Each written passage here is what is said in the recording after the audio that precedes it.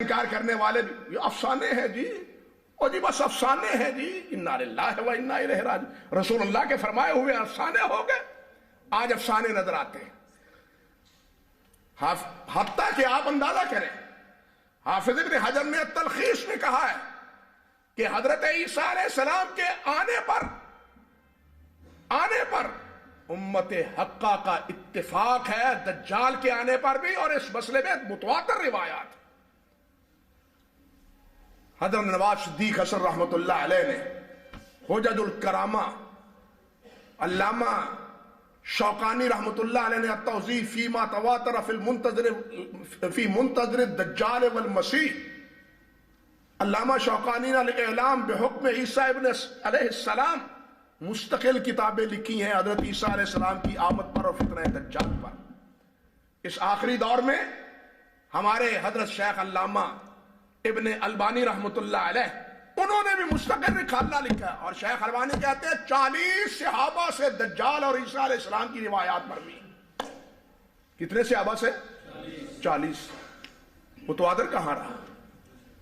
40 حدیث کا انکار، ان کی تعویل، انا للہ و انا الیہ راجعون۔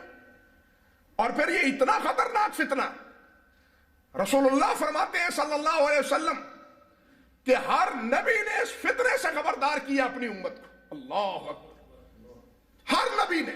یہ اتنا خوفناک اور خطرناک فتنہ ہے جس سے ہم بے نیاز اور بے فکرے ہو بیٹھے۔ نبی علیہ السلام نے اس کی تفصیل بیان کرتے ہوئے تھوڑی سی باتیں ارشاد فرمائی ہیں، ذرا سوچئے اور سنیے۔ نبی علیہ السلام نے فرمایا کہ عیسیٰ علیہ السلام، یہ فتنہ دجال، آپ نے فرمایا تعوذوا باللہ من اربع، تعوذوا باللہ من اربع، اللہ سے پناہ لیا کرو، اللہ کی پناہ لیا کرو، اللہ اپنی حفاظت میں، اپنی پناہ میں رکھیو 4 چیزوں سے۔ کون سی چیزیں ہیں؟ اللہم انی اعوذ بک من عذاب جہنم، اللہم انی اعوذ بک من عذاب القبر، اللہم انی اعوذ بک من فتنة المحیا والممات، اللہم انی اعوذ بک من فتنة المسیح الدجال۔ فرمایا 4 چیزوں سے پناہ مانگ۔ آپ حیران ہوں گے، ابن حزم نماز کے فرائض ذکر کرتے ہوئے کہتے ہیں یہ دعا پڑھنا بھی فرض ہے۔ محلہ میں ابن حزم کہتے ہیں کہ یہ دعا پڑھنا بھی فرض ہے۔ اختلاف ہو سکتا ہے، علماء کرتے ہیں، فقہاء کرتے ہیں، یہ ان کا رجحان ہے ابن حزم رحمۃ اللہ علیہ کا۔ وہ کہتے ہیں حکم دیا اللہ کے رسول نے، اور حکم فرضیت کا حکم رکھتا ہے۔ اللہ اکبر، 12 یہ ان کی اپنا سوچ ہے، علماء اور فقہاء کے مابین یہ اختلاف ہوتا ہے۔ ابن حزم نے اس کی اتنی تاکید کی ہے کہ یہ فرض ہے کہ یہ دعا میں، تشہد میں یہ دعا پڑھا کریں، کیونکہ اس کا اللہ کے نبی نے حکم دیا ہے۔ تشہد میں یہ دعا 4 چیزوں سے، تشہد میں اذا فرغتم من التشہد فی آخر تشہد کے آخر میں تم یہ پڑھا کرو، اور 4 چیزوں سے کیا ہے؟ پناہ طلب کیا کرو۔ اللہ اکبر کبیرہ۔ نبی علیہ السلام نے ارشاد فرمایا ہے، آپ فرماتے ہیں کہ وہ دجال آنے والا، اللہ اکبر، کہ آپ کے یا ایھا الناس، لوگو انہا لم تکن فتنۃ علی وجہ الارض، اللہ، انہا لم تکن فتنۃ علی وجہ الارض، زمین کی تختے پر ایسا کوئی فتنہ ذریت آدم پر نہیں آئے گا جتنا فتنہ دجال کا ہو۔ پوری ذریت آدم پر فتنے آئے ہیں، لوگوں آزمائشیں آئی ہیں، ابتلا آئے ہیں، امتحانات ہوئے ہیں، لیکن سب سے بڑا ابتلا اور سب سے بڑی آزمائش اولاد آدم پر کیا فرمایا رسول اللہ نے صلی اللہ علیہ وسلم؟ فتنہ دجال ہوگا۔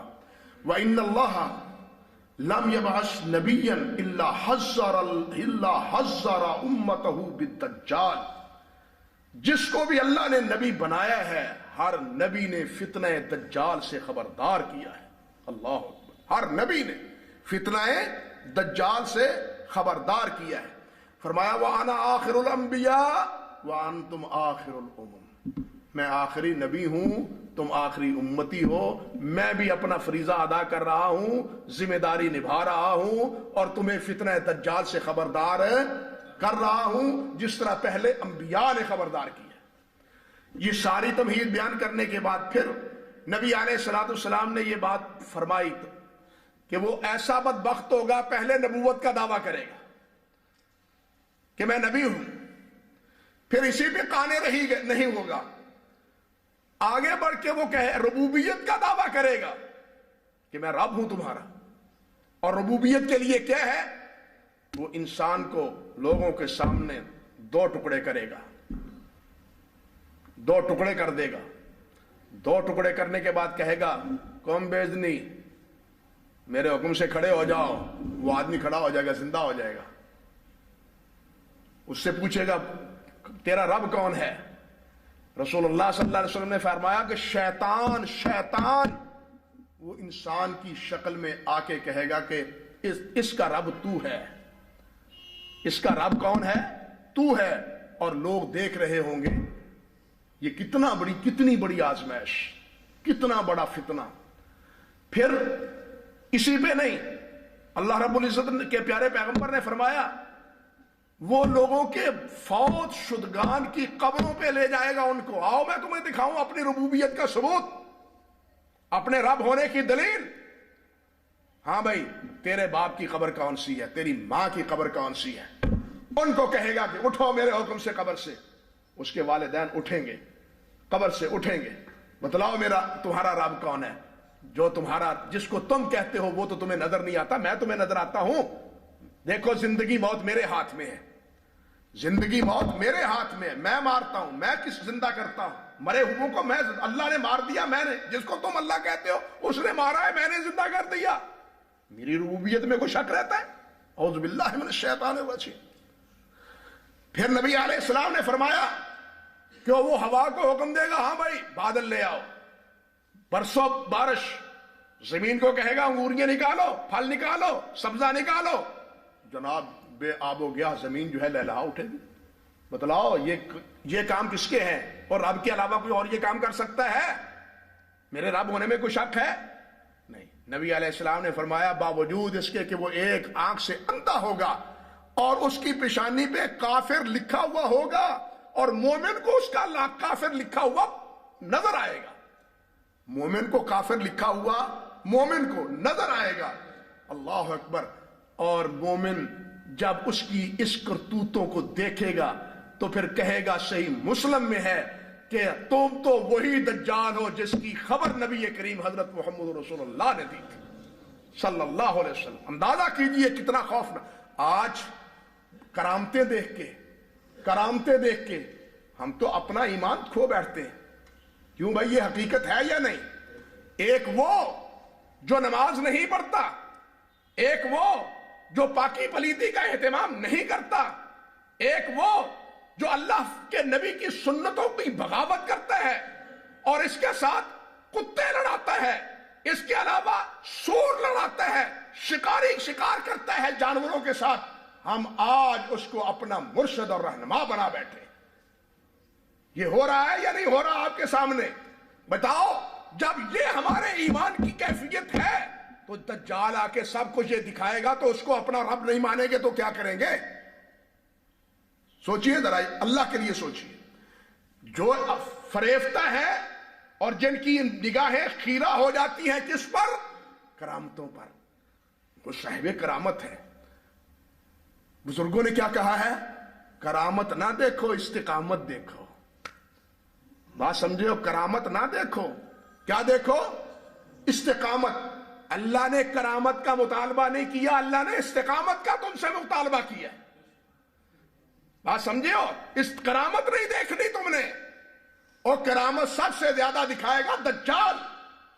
اس وقت اپنا ایمان کھو بیٹھے گے ہم کہ یہ تو بڑی کرامتیں دکھاتا ہے، زندوں کو مردوں کو زندہ اور زندوں کو مردہ، بارشیں یہ برساتا ہے، پھل یہ اگاتا ہے، ہاں جی بادل یہ لے آتا ہے۔ اب اس کے جناب پہنچے ہوئے میں کیا شک ہے؟ اور نبی علیہ السلام نے فرمایا کہ یہود اس دجال کے پیروکار ہوں گے، یہود اس دجال کے کیا ہوں گے؟ پیروکار ہوں گے۔ نبی علیہ السلام نے یہ بھی فرمایا، اللہ اکبر، آپ نے فرمایا کہ یہ دجال کہاں آئے گا، عیسیٰ علیہ السلام اسی حالت میں، اس کی اسی کرتوت میں یہ سب کچھ دکھا رہا ہوگا کہ منارہ بیضاء پر اللہ رب العزت صبح کی نماز کے وقت حضرت عیسیٰ علیہ السلام کو بھیجیں گے، حضرت امام مہدی وہاں ہوں گے، نماز پڑھا رہے ہوں گے، نماز کے لیے اقامت ہو چکی ہوگی، حضرت عیسیٰ علیہ السلام سے کہیں گے حضرت مہدی، نبی علیہ السلام نے یہ بھی فرمایا ہے کہ مہدی من اطرتی من اولاد فاطمہ، وہ میری آل اولاد سے ہوگا، فاطمہ کی اولاد سے ہوگا، سیدہ فاطمہ رضی اللہ تعالی عنہا، نبی علیہ السلام کی صاحبزادی، سیدہ خاتون جنت کی سردار، اللہ اکبر کبیرہ، ان کی نبی علیہ السلام نے فرمایا کہ اولاد سے ہوگا اور اس کا نام بھی میرا نام ہوگا۔ ہندوستان میں ایک بڑا فتنہ محمد مہدی کا ہوا تھا 9ویں صدی میں، اس کا نام بھی محمد تھا، اس کی والدہ کا نام بھی فاطمہ تھا، اسی بنیاد پہ مہدوی فرقہ چل نکلا اور لوگ گمراہ ہوئے اس کے پیچھے۔ اتفاق ایسا ہے، یعنی اتفاق ایسا کہ اس کی والدہ کا نام بھی فاطمہ اور اس کا نام بھی محمد، اور کہنے لگا میں مہدی ہوں، مہدی مر گیا، نہ عیسیٰ علیہ السلام آئے نہ دجال آیا، لوگوں نے اپنا ایمان کا کباڑا کیا، ایمان فروخت کیا۔ ہمارا تو حال یہ ہے، جو دعویٰ لے کے اٹھتا ہے، قادیانی لے کے اٹھے تب، بہاؤلہ اٹھ کے لکھے اٹھے تب، محمد مہدی لکھ دے تب، وہ عرب میں 79 میں کیا ہوا تھا، وہ ایک دجال نے آ کے بیت اللہ میں کیا کیا، میں مہدی ہوں، لوگ اس کی بیعت کو لیے اڑ پڑے، انا للہ و انا الیہ راجعون۔ واللہ والو، اللہ کے نبی صلی اللہ علیہ وسلم نے کچھ علامات بیان کی ہیں، کچھ نشانیاں بیان کی ہیں، آپ تو غلط نہیں کہہ سکتے، رسول اللہ تو غلط نہیں فرما سکتے، ہمارا ایمان ہے، ہمارا تو ایمان ہی یہ ہے کہ آپ زمین آسمان اپنی رفتار چھوڑ سکتے ہیں، یہ زمین و آسمان سیارگان نظام بدل سکتا ہے بالفرض، لیکن اللہ کے رسول کا فرمان نہیں بدل سکتا، وہ غلط نہیں ہو سکتا، وہ جھوٹا نہیں ہو سکتا۔ اگر آپ صادق ہیں تو ہر بات سچی ہے، آپ صادق ہیں تو آپ کی ہر بات کیا ہے، سچی ہے، اور اس کو ہمیں اسی طرح ایمان اس پر رکھنا اور لانا چاہیے۔ نبی علیہ السلام نے فرمایا، آپ حیران ہوں گے، نبی علیہ السلام نے فرمایا کہ حضرت عیسیٰ علیہ السلام اس دجال کو طلب کریں گے، فَيَطْلُبُهُ حَتَّى يُدْرِكُهُ بِاللُّدِّ فَيَقْتُلُهُ، حضرت عیسیٰ علیہ السلام لد کے مقام پر دجال کو پائیں گے اور اس کو قتل کریں گے۔ آج اسرائیل کا جو ایئرپورٹ ہے وہ اسی لد مقام پر ہے، پتہ ہے یا نہیں؟ اسی لد مقام پر ہے، اسی لد جس کی کا نام لیا ہے اللہ کے رسول صلی اللہ علیہ وسلم نے۔ بلکہ دیکھیے ایک اور فرمان نبی علیہ السلام نے فرمایا، حتیٰ کہ ہر درخت، ہر پتھر، ہر دابا، ہر لکڑی جس کے پیچھے، کیونکہ یہودیوں کی کا خاتمہ ہو رہا ہوگا، صلیب ختم ہو رہی ہوگی، یہ کیا ہے، اپنا خنزیر ختم کیا جا رہا ہے، یہودیت کے سارے جھوٹ نمایاں ہو رہے ہوں گے، تو یہ چیزیں بول کے کہیں گی، نبی علیہ السلام نے فرمایا، یہ کہیں گی، یا عبد المسلم، یا او بندے مسلمان بندے، ہاذا یہودیون اقتل ہو، ہاذا یہودیون ہو، یہ یہودی ہے، اس کو قتل کرو۔ نبی علیہ السلام نے فرمایا، ہر پتھر، ہر درخت، ہر چیز بولے گی، الا الغرقد، غرقد درخت یہ یہودیاں کا ہے، وہ نہیں بولے گا۔ جاؤ پوچھو، آج بھی لد کے مقام پر اسی غرقد درخت کی آبیاری ہو رہی ہے، اسی درخت کا نام آج اسی لد جگہ پر آبیاری ہو رہی ہے، یہود کر رہے ہیں۔ یہ فیصلے تو اللہ نے پہلے سے اپنے نبی علیہ السلام سے کروا دیے ہے، لیکن یہ وہی مکروا مکر اللہ واللہ خیر، پتہ ہے، یہ تو نہیں، یہودیوں کو پتہ نہیں ہے کہ یہ ہوگا، لیکن کیا کریں، اللہ کا فیصلہ ہوگا، لد مقام پر قتل ہوگا، اور یہی درخت یہ پناہ دے گا یہودیوں کو، اس میں چھپیں گے، لیکن مسلمان ایک ایک یہودی کا تحقیق کریں، ایک ایک یہودی کو۔ اللہ سبحانہ و تعالی اس فتنہ دجال سے ہمیں محفوظ رکھے۔ اللہ رب العزت ہمیں اگر ہمارے زمانے میں آئے، پہلے تو نبی علیہ السلام نے فرمایا یہ دعا ہی نہ کرو کہ ہمارے زمانے میں آئے۔ سچی بات یہ ہے میرے بھائیوں، ہمارے کچھ بھائی جذباتی ہو جاتے ہیں، ایک چیز میں ہونا بھی چاہیے، یہ کچھ محبت کا، پیار کا ایک تقاضا ہوتا ہے، ہماری زبان سے بھی نکل جاتا ہے، کاش ہم نبی علیہ السلام کے دور میں ہوتے، آپ کے پیچھے نمازیں پڑھتے، جہاد کرتے، آپ کی زیارت کرتے، آپ کی دیدار سے آنکھیں ٹھنڈی کرتے، ٹھیک ہے نا؟ دل میں یہ آتی ہے نا بات۔ اللہ امام بخاری رحمۃ اللہ علیہ نے الادب المفرد میں ایک بات ذکر کی ہے، ایک تابعی ایک صحابی کے بعد سامنے وہ یہی بات کہتا ہے، تابعی صحابی نام بھول گیا ہوں، صحابی کے سامنے یہی تمنا آرزو کرتا ہے کہ میں اس دور میں کہا آپ کتنے خوش نصیب ہیں، نبی علیہ السلام کے پیچھے نمازیں پڑھی ہیں، آپ کے ساتھ جناب کفار کے خلاف مل کے آپ کے ساتھ جہاد کیا ہے، کفار کے خلاف آپ کے ساتھ مل کے جہاد کیا ہے، آپ کی میت میں حج کیا ہے، رات دن آپ کی زیارت کرتے تھے، کتنے تم یار خوش نصیب تھے، کاش ہم بھی اس دور میں ہوتے۔ اللہ اکبر۔ صحابی کیا کہتے ہیں؟ وہ فرماتے ہو اللہ کا شکر کر، اللہ کا شکر کر، اللہ نے تمہیں اس دور میں پیدا کیا ہے۔ اس دور میں ہوتے تو بلال کی طرح تکلیفیں برداشت کر لیتے، اللہ اکبر کبیرہ۔ اس دور میں ہوتے تو یاسر کی طرح برداشت کر لیتے، یاسر کی والدہ نے، بیوی نے اور عمار کی والدہ نے جو تکالیف برداشت کی تھی صحابہ کرام نے، وہ تم سخت رکھتے ہو تم؟ اللہ اکبر۔ شکر کرو تمہیں ایمان کی دولت بیٹھے بیٹھے اللہ نے دے دی ہے، یہ بھی اللہ کی توفیق، اس پر بھی اللہ کا شکر کرو۔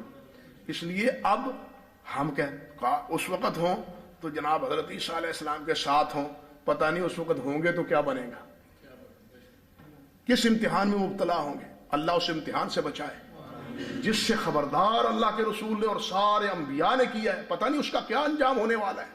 اللہ سبحانہ و تعالیٰ اس فتنے سے تمام کو بچائے، اور اللہ رب العزت ہمیں اپنے پیارے پیغمبر کا متبع اور فرما بردار بنائے۔ وآخر دعوانا الحمد